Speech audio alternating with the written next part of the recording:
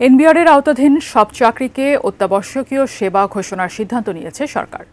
একই সাথে কর্মকর্তা কর্মচারীদের কাজে ফেরার নির্দেশও দেওয়া হয়েছে। তবে সরকারের নির্দেশ প্রত্যাখ্যান করে কমপ্লিট শাটডাউন কর্মসূচি চালিয়ে যাওয়ার ঘোষণা দিয়েছে এনবিআর সংস্কার ঐক্য পরিষদ। মাহাদি সেকান্দারের রিপোর্টে বিস্তারিত। এনবিআরে কর্মকর্তা কর্মচারীদের ডাকা শাটডাউন কর্মসূচির দ্বিতীয় দিনেও অচল দেশের সব কর অফিস, বন্দর ও কাস্টমস হাউসগুলো।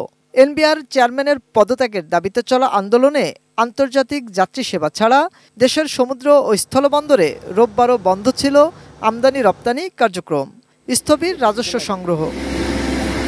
শাটডাউন কর্মসূচি বাস্তবায়নে দ্বিতীয় দিনের মতো সকাল থেকেই রাজধানীর জাতীয় রাজস্ব ভবনের সামনে অবস্থান নেন এনবিআর কর্মকর্তা কর্মচারীরা। দুপুরে লং মার্চ টু এনবিআর কর্মসূচি প্রত্যাহার করে অর্থ উপদেষ্টার সাথে বৈঠকে বসতে রওনা হন ঐক্য পরিষদের নেতারা। সরকারের সদিচ্ছাকে সম্মান জানিয়ে তাদের আন্তরিকতা দেখে এবং আমাদের যেহেতু কোনো কর্মসূচি চলমানই রয়েছে, অবস্থান আছে, আমরা এখানে সবাইকে রেখেই তাদের সাথে আলোচনায় বসবো। এরপর সচিবালয়ে গণমাধ্যমে এক প্রশ্নের জবাবে অর্থ উপদেষ্টা ডক্টর সালেউদ্দিন আহমেদ জানান, এনবিআর কর্মকর্তা কর্মচারীদের সাথে রোববার বৈঠকে বসছেন না তিনি। ঠিক আছে, বৈঠক হবে না, ওটা আমি বলতে। এদিকে বিকেলে অন্তর্বর্তী সরকারের এক বিবৃতিতে জানানো হয়, এনবিআরের অধীনস্থ customs house, ICD, bond commissionerate ও শুল্ক স্টেশন সমূহের সব চাকরিকে অত্যাবশ্যকীয় সার্ভিস হিসেবে ঘোষণার সিদ্ধান্ত হয়েছে। এনবিআর কর্মীদের আন্দোলনকে পরিকল্পিত ও দুর্বিসন্ধিমূলক আখ্যায়িত করে কর্মকর্তা কর্মচারীদের কাজে যোগ দেওয়ার নির্দেশ দেওয়া হয়। অমান্য করলে কঠোর ব্যবস্থার হুঁশিয়ারিও দেওয়া হয়।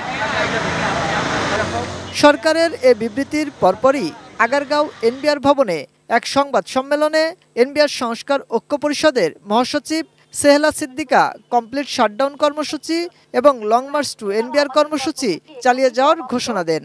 আমাদের কর্মসূচি যা চলমান ছিল তাই থাকবে। সচিবালয়ে আসলে আমাদের একটা গ্রুপ গিয়েছে, কিন্তু সেখানে যেয়ে দেখে যে আসলে অর্থ উপদেষ্টা মহোদয়ের কোনো শিডিউল মিটিং সেই সময় ছিল না।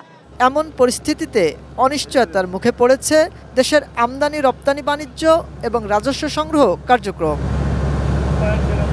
মাহাদি সেকেন্দার, এটিএন নিউজ, ঢাকা।